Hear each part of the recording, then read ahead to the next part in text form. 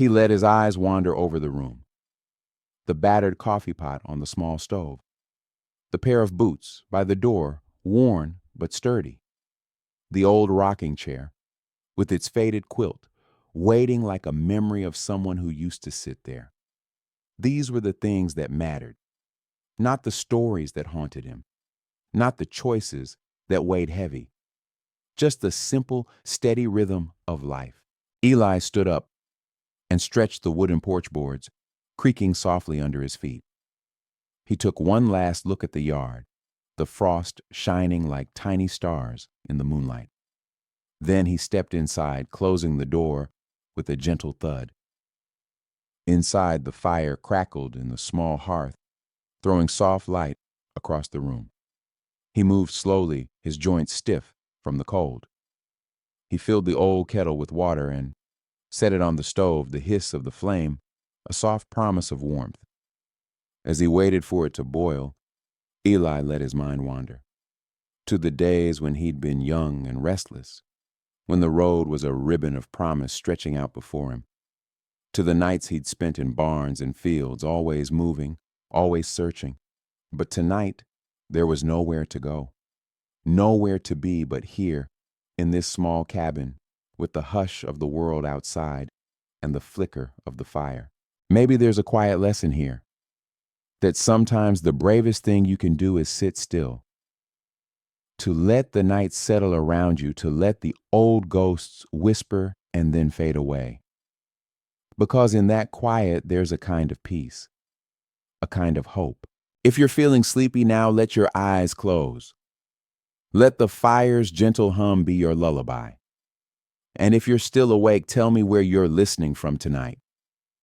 Let's keep these quiet stories alive together.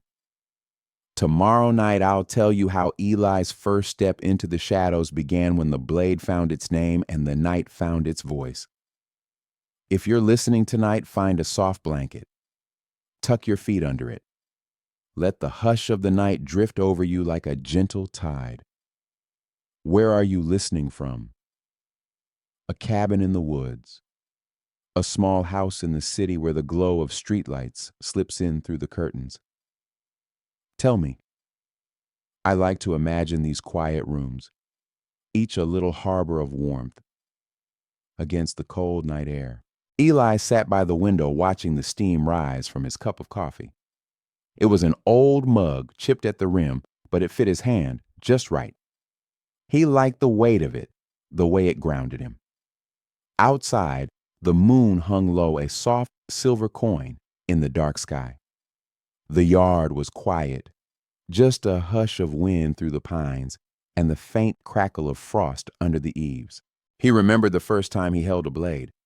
Not the polished knives you see in movies, but a simple hunting knife bone, handle the steel worn dull at the edge. His father had shown him how to hold it, how to feel its weight in his palm. It's just a tool. The old man had said, his voice low and steady. Respect it. It can feed you, or it can cut you. Eli learned the lesson well. But he also learned there was more to a blade than steel and bone. A blade carried weight more than the ounces in your hand. It carried choices, carried the memory of every cut it ever made. That winter, long before the cabin in Vermont, Eli worked in the logging camps of Maine.